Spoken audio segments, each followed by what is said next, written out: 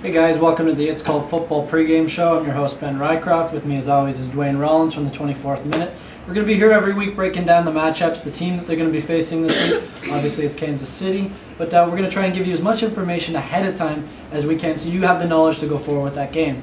Yeah, a lot of the coverage of TFC in the city is more about the color and the personalities around the game, and what we're going to try and do is break it down a little bit more from the football perspective. Call it maybe tactics geek talk. Something along those lines.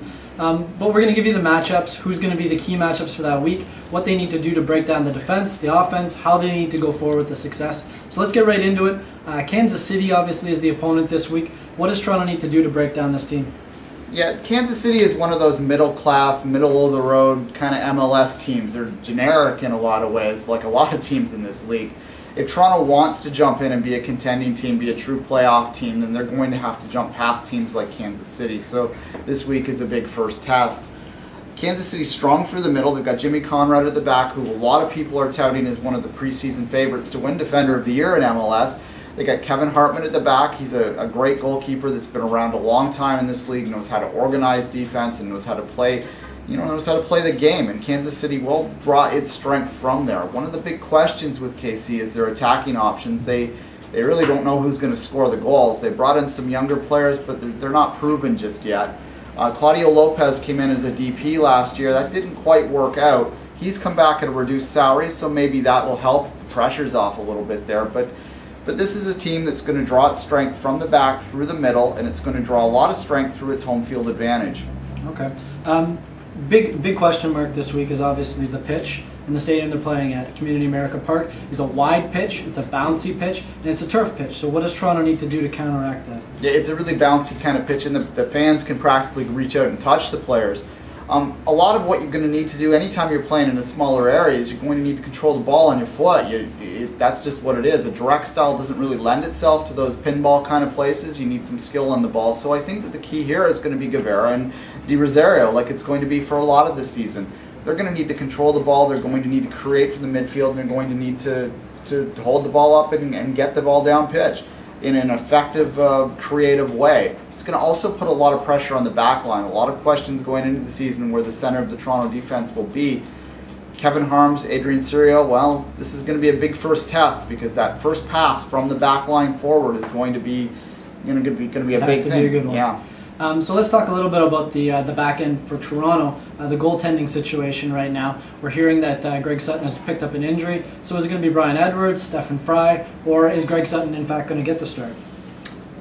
I would put it at Fry at this point simply because what I saw in Charleston.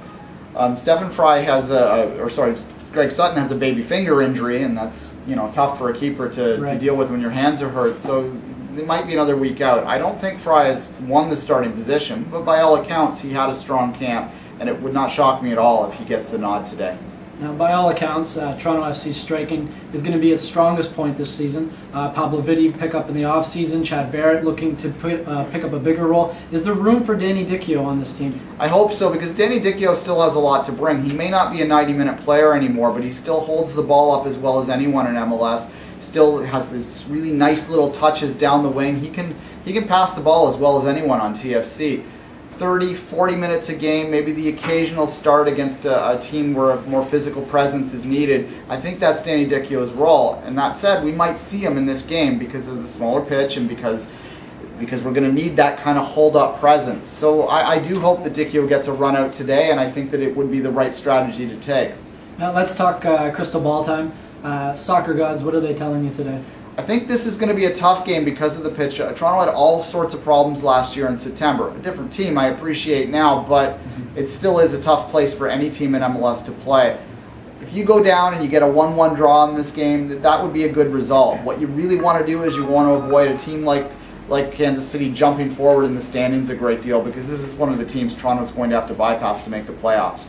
I think we're going to see Kansas City sit back a lot in the first half and allow that Toronto attack to come at them, try and weather that and frustrate the Toronto attack. But I do think we're going to see a couple goals out of one player in particular today, Chad Barrett. I'm expecting a lot of garbage goals from him this season. Opportunities that are being created by Duane Rosario, Pablo Vitti, they're going to give up all sorts of rebounds. So all he needs to do is just push the junk into the back of the net. I'm thinking 2-2. Kansas City is a good club. They're not a pushover. They are at home. That's where I see the result going.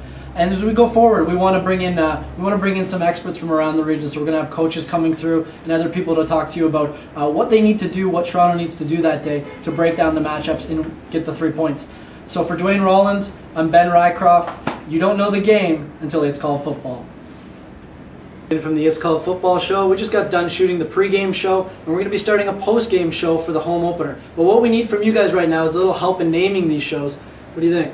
Yeah, we may be writers, but for some reason we've got some writer block. We're not very creative in this one. We can't think of a name. So we're asking you to send us suggestions.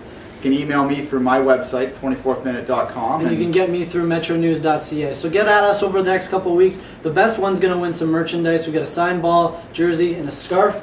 And come on out to our post-game shows, as well as watch our pre-game shows, as well as the regular show every Saturday, noon on thatchannel.com.